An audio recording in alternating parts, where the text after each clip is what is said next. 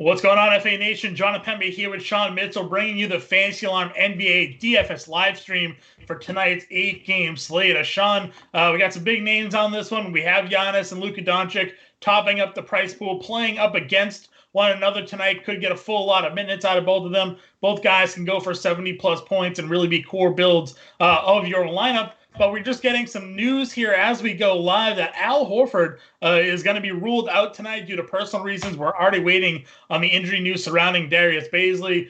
We love this Thunder Bulls matchup already. So now it becomes more guys become more valuable potentially in this spot. Again, we're as always in the NBA, as we get close to the roster lock, things start to tip on their head. Yeah, I mean, I totally agree with you on the Chicago-Oklahoma City game. If we get some value in that.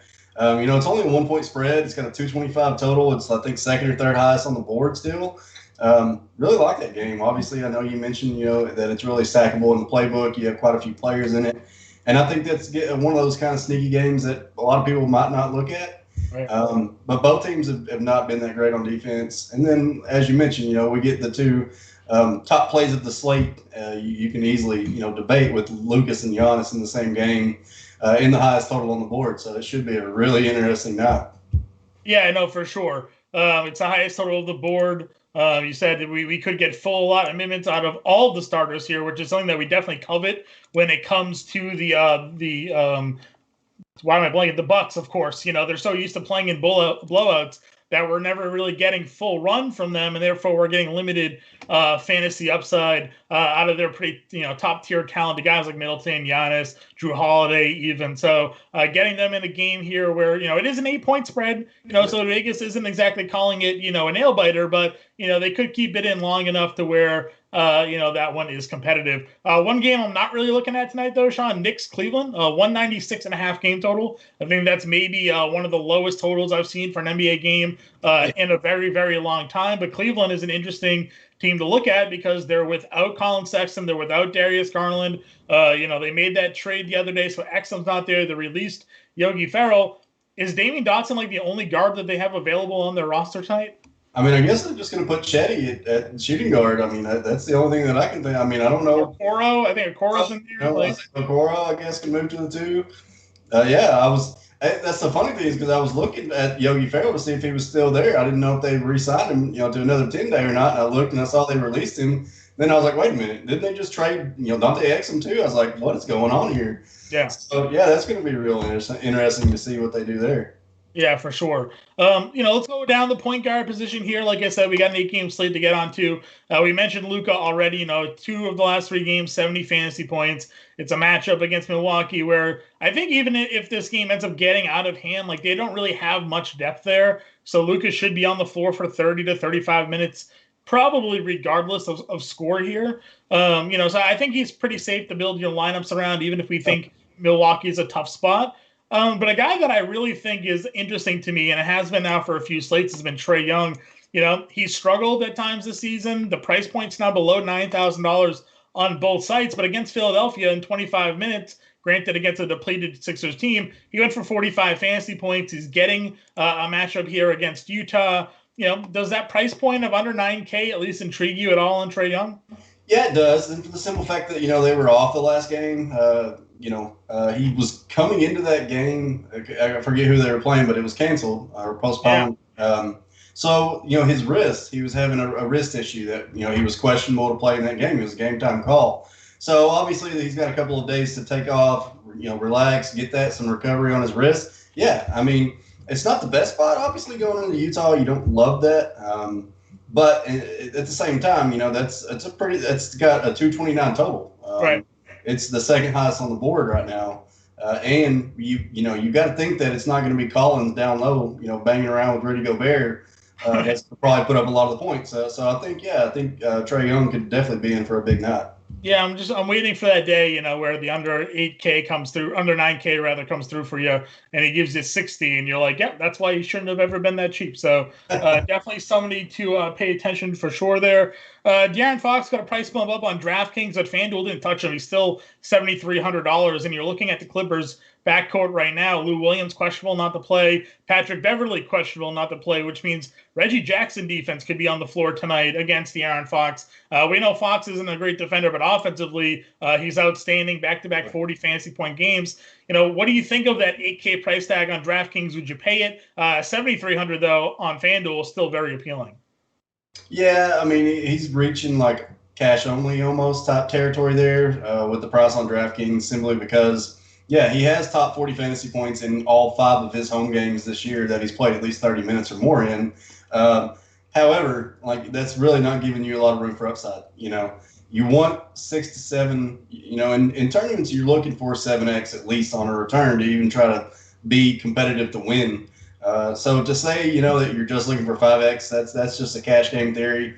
And he's literally only giving you around 5x. So it's really hard to justify. Plus, the Clippers, I know they do play with a little bit of pace. And if, the way that it falls, like you're saying, with no Pat Bev, no Lou Williams, that does change things, obviously. That will obviously put Reggie Jackson in more, playing more minutes. So, yeah, he might be a little bit of a sneakier play in the event that those guys are out. But right now, yeah, I think he's definitely more getting into the cashy type price play for me.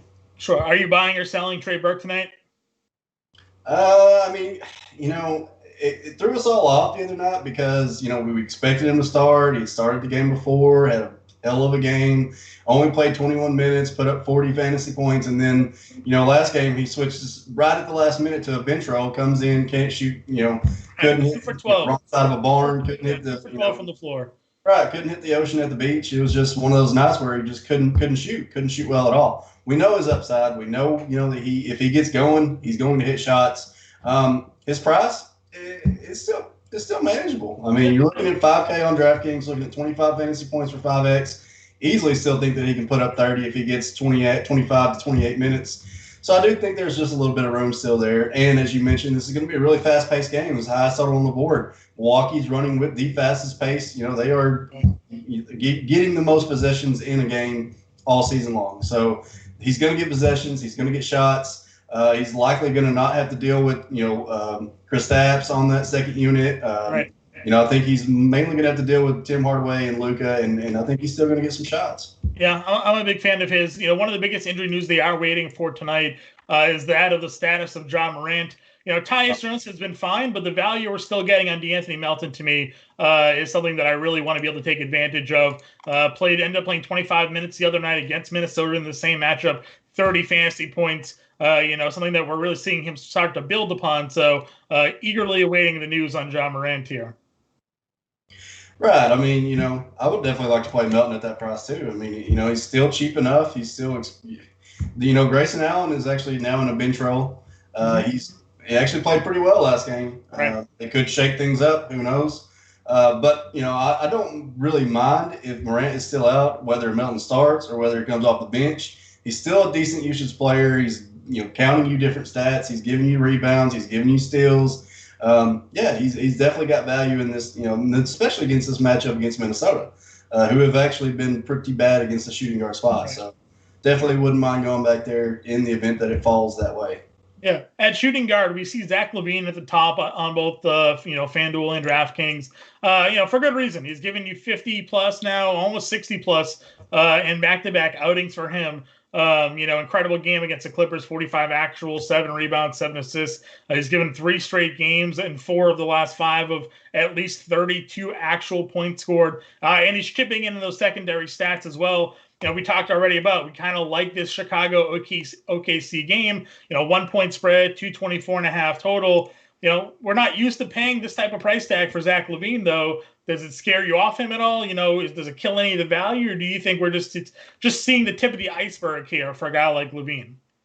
Well, I mean, it's made up a lot of good points in the chat today. A lot of guys, coming in and talking about that game. It's been a real popular game in our chat here today.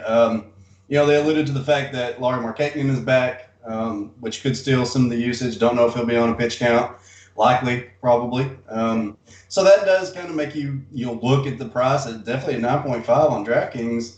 Right. I mean, 50 points is just 5x now, so now you're like, can he do that? I mean, we like the game flow. We like stacking this game up. But I still think you can probably go with some of the cheaper plays in that game as far as stacks go and kind of pay up elsewhere.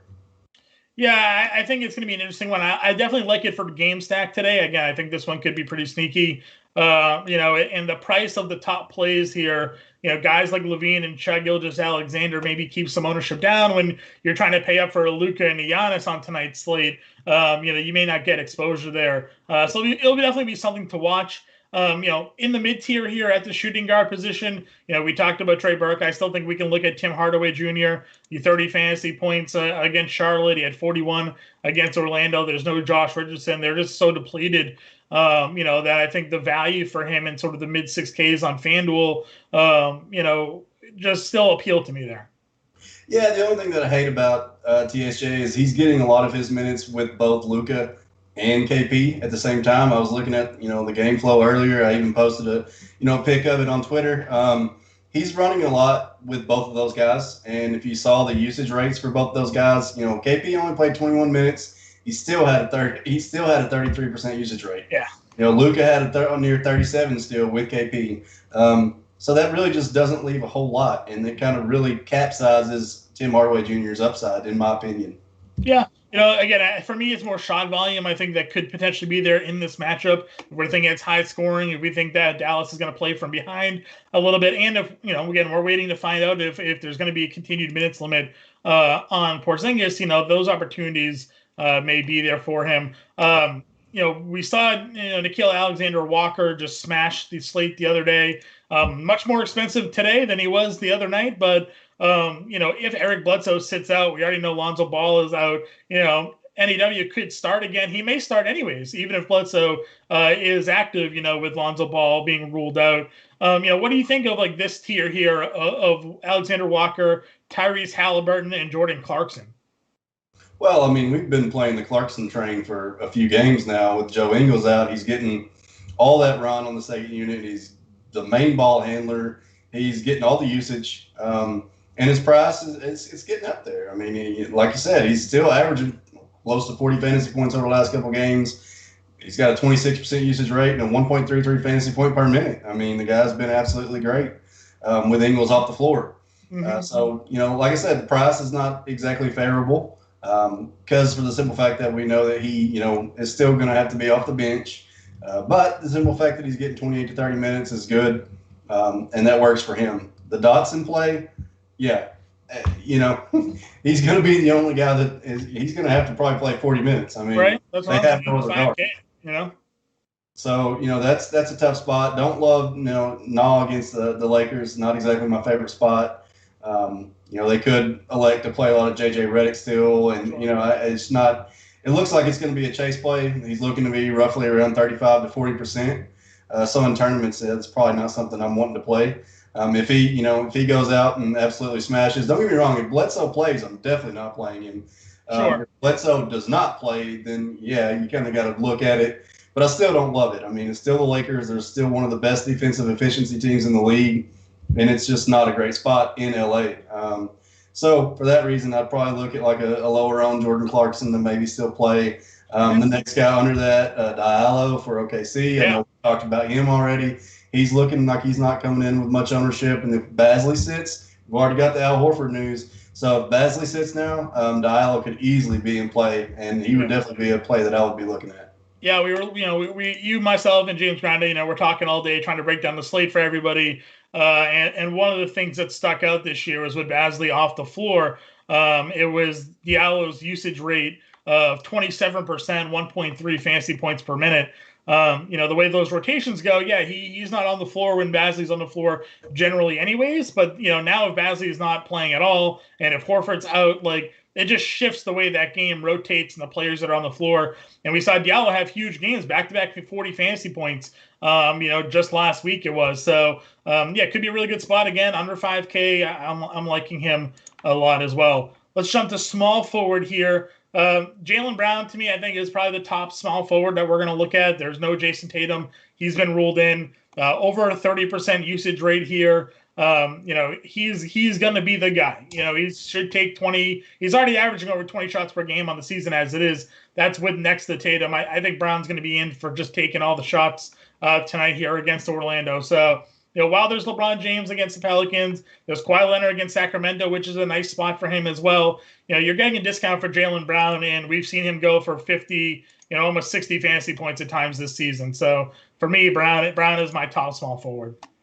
Yeah. I mean, obviously LeBron, I don't think I'm going to be able to, and he's under 10K, and and don't get me wrong, he could easily still put up 50, but I don't see this game being close, especially if the Bledsoe doesn't play.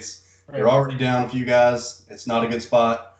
You do get the Brandon Ingram revenge narrative here, though. That's pretty interesting. Yep. If you want to go there, averaged 23 points per game against the Lakers last season. It is in LA, old stomping ground. So if you're into that sort of thing, I definitely like Ingram for GPPs. But yeah, probably not going to go looking at LeBron. I think Jaylen is easily playing all formats, as you mentioned, for everything that you mentioned. He's going to be the soul of this team tonight, and he could literally take 30 shots. Yeah, he could, and he's been unbelievable this year from both distance and just getting to the hole as well.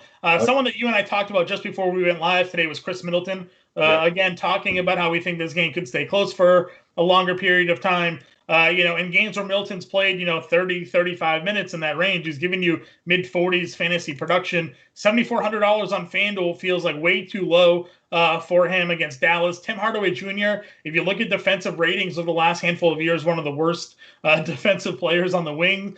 So Middleton could really have a field day. FanDuel DraftKings price tag is at $8,200, so that's definitely, it feels like it kills some of the value there for sure. But we've also seen Middleton go for 50 fantasy points in games with Giannis as well. So, it's not a terrible spot for him. I like him, I think, more in cash on DraftKings, but both sides play over on FanDuel. Well, I mean, we've talked about this many a times too with Chris Middleton. He usually still stays on the floor, even in blowouts. Right. He's usually the main guy. Like, Giannis goes off, Middleton stays in, he runs the offense, he takes all the shots mostly. So yeah, I definitely think he's really interesting. I like him kind of in tournaments. I don't love the price, as you mentioned, but he's looking to coming in virtually unowned in a game that has the highest total on the board, one of the fastest paced teams in the league. And we know he can get us 50 plus. I mean, 50 plus, you're still looking at 6X. So I definitely think he's very interesting. Yep. We have our guy Deandre Hunter at 6K across the board tonight. Again, I still just don't understand why he doesn't get any more love from the algos. I'm okay with it. I mean, I'm not begging for you to raise his price tag on us. It's just we're going to keep on playing him. If you're going to give us him at $6,000, he is continually going over 30 fantasy points pretty much on a nightly basis. He's averaging more than 30 fantasy points on the season. There's real 6X return here. He can give you 36 fantasy points, I think, in this spot, against Utah. Yeah, like I said, this game is actually one of the closer ones on the. I know it's a 6-point spread, but second highest total on the board. These Atlanta runs they run really really fast. This is going to be a pace-up spot for Utah, and yeah, DeAndre Hunter has just been playing extremely well for everything that you said. I mean, the guy's shooting the 3-ball well. He's defending really well, getting you those defensive stats. And he's consistently just putting over 30 fantasy points a game. I mean, he's exactly what I would probably look at as more of a cash play. But I don't mind it for tournaments either. Yeah, I think he's just a solid option all around. Small forward to me, there isn't much more that I like on FanDuel at the very least. At least on DraftKings, there's a lot of guys with multiple position eligibility. One name I want to just ask you about, Otto Porter's expected to return tonight. He's under 6K. Back spasms has kept him out of the lineup lately. Is there any interest for you on Otto Porter here? I mean, yeah, I do think there's big breaking news here. The Timberwolves-Grizzlies game has been postponed. Oh, well, that's interesting because I really like that game. I really like that game as well. So if you're paying attention, Karl-Anthony Towns off the slate. Easily, They're gone. Don't have to worry about the Morant situation. Yeah. That's too. Listen, that's too bad. It's the NBA that we're dealing with in the world of COVID, unfortunately. So no Timberwolves, Grizzlies. We're now down to a 7-game slate. It's going to shake a lot of things up, I think. It had maybe one of my favorite potential sleeper plays in Xavier Tillman tonight. I was kind of looking at the Xavier Tillman train at 3,300 on DraftKings, but no more. So tough loss there as we look it over. And like you said, we like Malik Beasley, no longer there. We like Anthony Edwards, no longer there. Back to the drawing boards that we're gonna go based on that news. What was your take on Porter, though? I apologize for interrupting you there. Any interest? I think that he comes in as maybe the dark horse of this game. I mean, you have Levine, high price. You have Lauri Markkanen returning. Nobody's going to play him. More people are looking at like SGA, Levine. Maybe looking at some of the value. Diallo, like Isaiah Roby might get a good start. Even Mike Muscala, looking if Basley says could probably get run. And I think Otto Porter might, what it looks like at the moment is he could fall through the cracks here. Now, does he get 28 to 30 or 30 over 30 minutes? That's the question. That's the golden question. And if you think he does, I think he has value at his price. I agree with you on that one. Let's go to power forward here. And before we run out of time, Giannis is at the top. We talked about it. Love it. It's a great spot for him here against Dallas. They're depleted. There's Porzingis for basically, Porzingis for maybe 20 minutes unless we get word otherwise. So I think Giannis is going to be in a good spot there. Anthony Davis, of course, is sort of the wild card. I think we saw the stats. He absolutely lit up the Pelicans last year. I think it was 33 points, 14 rebounds, like 3 blocks per game, like just monster 60 plus, near 70 fantasy point per game production. All right, out of Anthony Davis. But he hasn't been giving us that this year, but he's under $10,000. He is available to play tonight. What's your take here? Would you play Anthony Davis in what is apparently a perceived revenge game for him? Yeah, and I'm not really looking into the whole revenge narrative thing. I'm looking at the price at under 10,000 because the simple fact that if he gives you a double-double and it's a decent double-double, say like a 20 and 15 or 20 and 12 type game where it gets you 4 or 5 assists, gets you 4 or 5 blocks maybe because it can happen, and a couple steals. I mean, you're still looking at 60 fantasy points easily, even if he only plays 28 minutes or 30 minutes. So I like him more than I like LeBron in this matchup, I think. Sure. So, yeah, I mean, he's virtually looking to be unowned. I think he's great for tournaments. I'll likely have a little bit, yeah. What do you think about a guy like Aaron Gordon tonight? No minutes restrictions on him now. It looks like getting a Boston front court that's going to be comprised of Tristan Thompson, Daniel Tice, and Grant Williams. Not quite the athletic bunch there, and we know Gordon can jump out of the stadium. He's been playing really well. Yeah, I mean, he's been averaging right around like 14, 15 points a game, almost 8 rebounds, almost 5 assists, almost averaging a steal and a block over his last 5 games where he started to kind of get that minutes bump. Then Markelle Fultz had his knee injury, which catapulted him even more. So now he's kind of turned into the number 2 option behind Vucevic, which is really good for him. His usage rate is really good. It's right around 25, 26%. And he's averaging almost 38 fantasy points over his last 5 games. I mean, you're getting him in a decent spot here. As you mentioned, no Jason Tatum, which is their likely best forward defender. So yeah, I really do like Aaron Gordon in this spot. And the price is up a little bit, but I still think there's room for upside there. 2 guys that I think are going to be jumping out now at power forward. We already liked James Johnson, but Isaiah Roby, I think we have to go back to, knowing that there is no Horford time and now possibly no Basley. If Basley plays, I have interest for sure on Basley now in this spot against Chicago. But James Johnson's at 4,200. Roby's at 4,200 over on FanDuel. They're both cheap over on DraftKings as well. I think both of those guys are going to see high ownership tonight. Yeah, I mean, obviously it's not showing right now because we're just now getting news, but I think James Johnson really falls to the crack here, and he could be one that could play. I mean, as long as he stays on the floor and doesn't get in foul trouble or throw a chair at anybody or anything, he literally play 30 minutes, I think. So he's real cheap, even on FanDuel for sure. I mean, at 4.2, that's he is a guy that can do multiple things, score, rebound.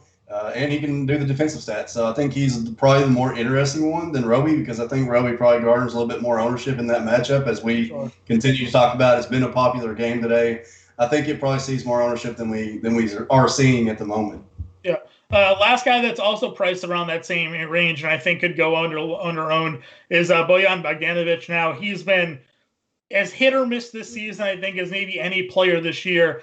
But the last two games that Ingles had missed was in Milwaukee and Cleveland.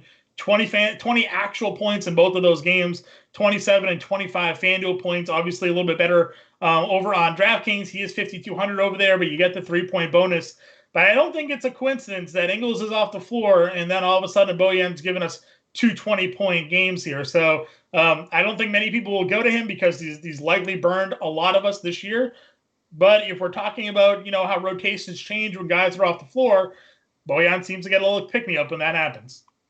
Yeah, and I think that game's going to fall through the cracks. I mean, like I said, we're talking about a game that has the second highest total. And like I said, I know it's a 6-point spread here for Utah at home, but I think this game falls through the cracks. I think it's going to be a huge pace-up spot for Utah here. And I think Boyan will definitely be in play. I think there's a few different guys you could probably stack up in that game. And as you mentioned, I didn't look at the usage rate, but we know that Boyan loves to shoot. I mean, if he's going to get extra opportunities, he's going to take shots. We know that. The only thing that we do worry about is that all the rest of the stats, because that's really all he does. He shoots a lot of threes. He's chipped in a little bit with like a couple rebounds here or there, but for the most part. Yeah, don't expect him to get a double-double. Don't expect him to probably have like over 5-6 of anything other than points. I mean, that's what he is. That's the type of player he is. So, but if you get him on a night where he comes out and drops 40 actual, like we know he can do, you're going to be, in the driver's seat and a lot of different things. Yeah, for sure. 21% usage rate with Ingles off the floor. That's fair. That's fair. So, it's 0.7 fantasy points per minute, not the best, but I mean, I'll take the 21% usage rate. Clarkson obviously dominates that. We've been over that stat numerous times, near 30%, 1.3 fantasy points per minute. Centers, Towns now off the slate. I didn't have any interest in Drummond here, but Jarrett Allen's not expected to play. It's 196.5 game total. And, they don't have much, where are you on Drummond here? I didn't want to touch him, but with Towns now off the slate, I think maybe Drummond is a bit more valuable. I don't know, man. I just really have not been playing a lot of bigs against New York because they've got Randall down there. They got Mitch Robb down there. Those guys have been really good defensively. They've made it really hard for opposing front courts to just score like tons and tons of fantasy points. And as you mentioned, this is like the lowest total we've had all year long. They're not expecting it to be a lot of scoring. I think this game is going to be a half-court setup, slow the game down. I just don't think there's going to be that many opportunities for Drummond to give you 60+. I just don't think it's going to be there. Yeah, it is funny. I mean, it was very much aided by block shots, but in the one matchup against the Knicks this year, he did have 64. He had six blocks and 3 steals in that game. And I'm sure they probably had everybody else playing too. Yeah, right. They probably had They definitely had everybody else playing. So it's kind of weird. I mean, listen, he got on FanDuel, he had 27 points in blocks and steals. Yeah, you can't count on that, but I mean, yeah, I mean, it's a different story. You don't obviously on FanDuel you get those extra points for blocks and steals, but you don't get the double-double, you don't get the triple-double. So that's kind of stuff you like too. But I get it for sure. Yeah, so we're quickly running out of time. Vucevic, I like in cash games tonight. Spending up for center against Boston, I think that's going to be a solid play. I had like Valanciunas, got to take him off the slate now. Center to me after that is kind of gross. Like, I guess Gobert against Atlanta could be okay. Cauley Stein against Milwaukee maybe is where we're going to look to go. Carter against OKC now, and Horford could be appealing. But I was in on Horford, and Horford's not there anymore. So on FanDuel, I'm a little stuck. What do you think about Rashaan Holmes tonight? He's been playing well. Yeah, he has been playing well. The Clippers do have Serge Ibaka there and Zubac. It's not. We used to love attacking the Clippers at the center spot because Montrezl Harrell's 6'5" playing center, and teams were able to take advantage of that. But you're not wrong. Holmes is playing really well. Ibaka is better defensively than Harrell, but he's still. I don't think he's a shutdown guy by any sense. So yeah, I think that's fine. You're getting late night hammer exposure there as well in a game where I haven't had too much exposure, but I love having that hammer. So Holmes to me is fine. Likely probably just going to pay up for Vucevic in this spot. I mean, especially on DraftKings, at least you can throw Roby in there or something like that at center if you want to go in that direction. Talk about Willie Cauley-Stein. He's in the playbook, but I alluded to him on really well. They don't have Maxi Kleber. They're down to Dwight Powell. I know KP. I mean, no Finney Smith. They're down there. I still don't think that. I still don't think KP plays over 25 minutes. I think it's probably about a 25-minute cap.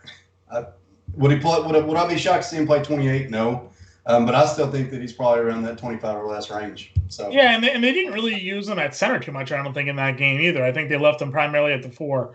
So yeah, I'm with you there. And then Tristan Thompson's in the playbook as a cheap forward. Now he's a power forward on FanDuel. He's a center over on DraftKings, but again, 4K, 4,400. He's probably going to start at center. Could play 28 minutes tonight. They need that front court help. So some value play there. But if I'm going cheap, I'm probably, like you said, probably going to stick in that Cauley-Stein range. And on DraftKings, I'm just going to throw Roby, I think, in there and just look at Mike Muscala. If Basley sits, Mike Muscala easily probably comes into play too.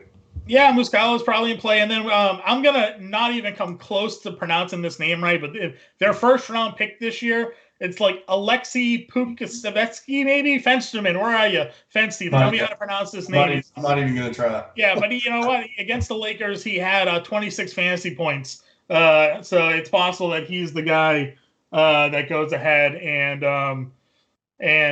could get some extra run. First-round pick, played 20 minutes the other night. So dark throw. But no one I'm really focusing my lineups around. But that does wrap up today's Fantasy Alarm NBA DFS live stream. A lot coming down. Still expecting some more injury news. Everything's up right now except the Fast Break Core Play article. Gonna have to make some edits to that now. Is ready to publish it after the stream, but Al Horford was all over it. So were some of the other Grizzlies. So gonna have to make some adjustments to that. We'll be out shortly. But for Sean Mitchell, Jon Impemba, we'll catch you guys next time.